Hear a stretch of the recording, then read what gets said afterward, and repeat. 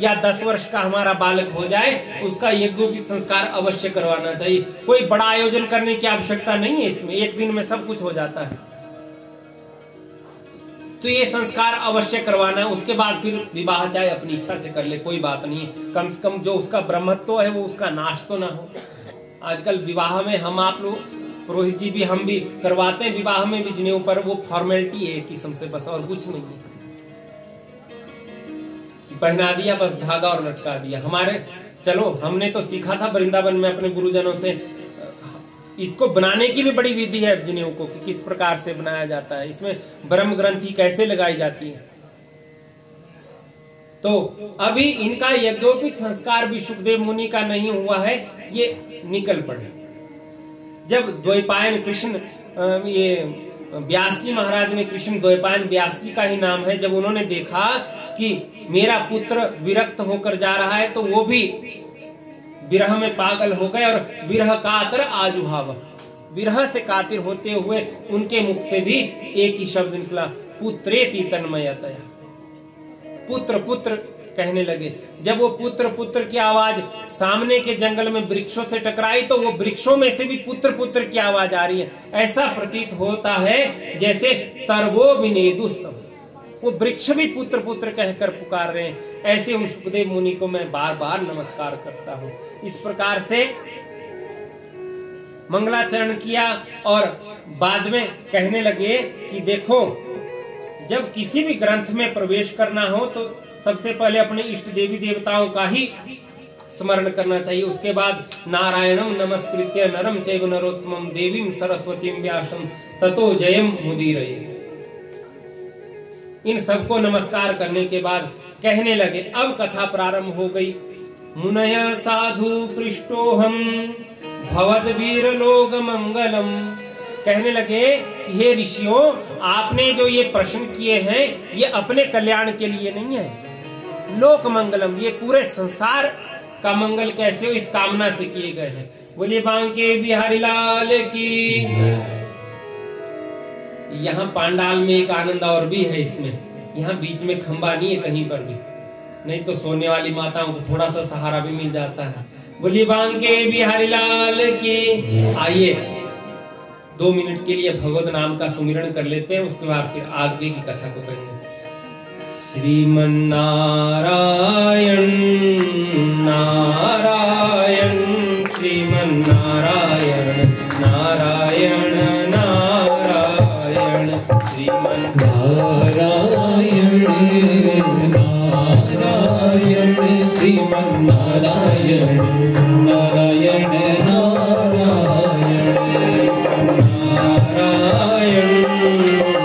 नारायण श्रीमन्नारायण नारायण नारायण श्रीमन्नारायण नारायण श्रीमन्नारायण नारायण नारायण नारायण श्रीमन्नारायण नारायण नारायण नारायण नारायण श्रीमन्नारायण नारायण नारायण श्रीमन्नारायण नारायण नारायण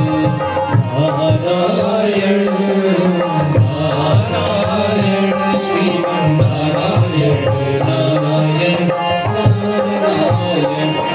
श्रीमन्नारायण नारायण नारायण श्रीमन्नारायण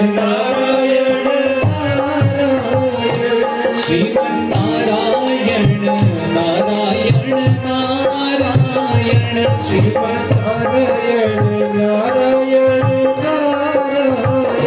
श्रीमन्नारायण नारायण नारायण श्रीमन्नारायण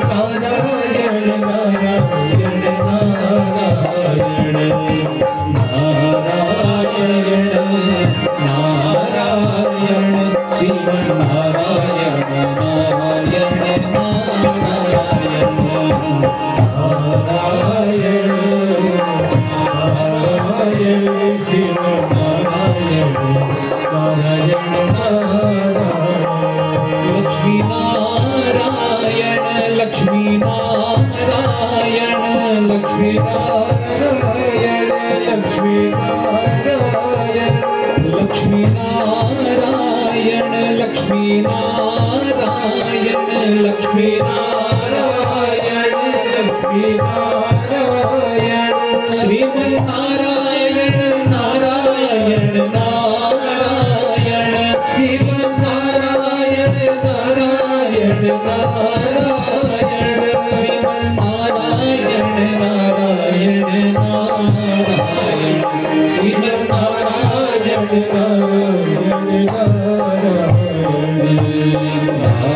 नारायण नारायण श्रीमन नारायण नारायण नारायण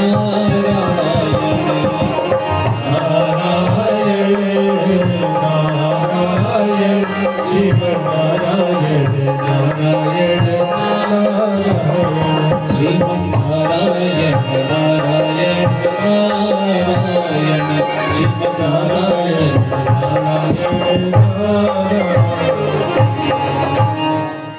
गोविंद भगवान की जय। ये जो संकीर्तन होता है, आप सभी लोगों को अपने मुंह से गाना जरूरी है ये। हाँ, और दोनों हाथों से ताली भी बजानी चाहिए। जो ये गाएंगे या मैं गाऊंगा या ब्राह्मण गाएंगे, इनका नाम है, इनके पास है इसका सब कुछ। जो आप गाएंगे वो आपका होगा। तो अब ध्यान रखना, आप लोगों ने जब संकीर्तन किया जाता है तो आप लोगों ने भी हाथ हिला लेने, मुंह खोल लेना है।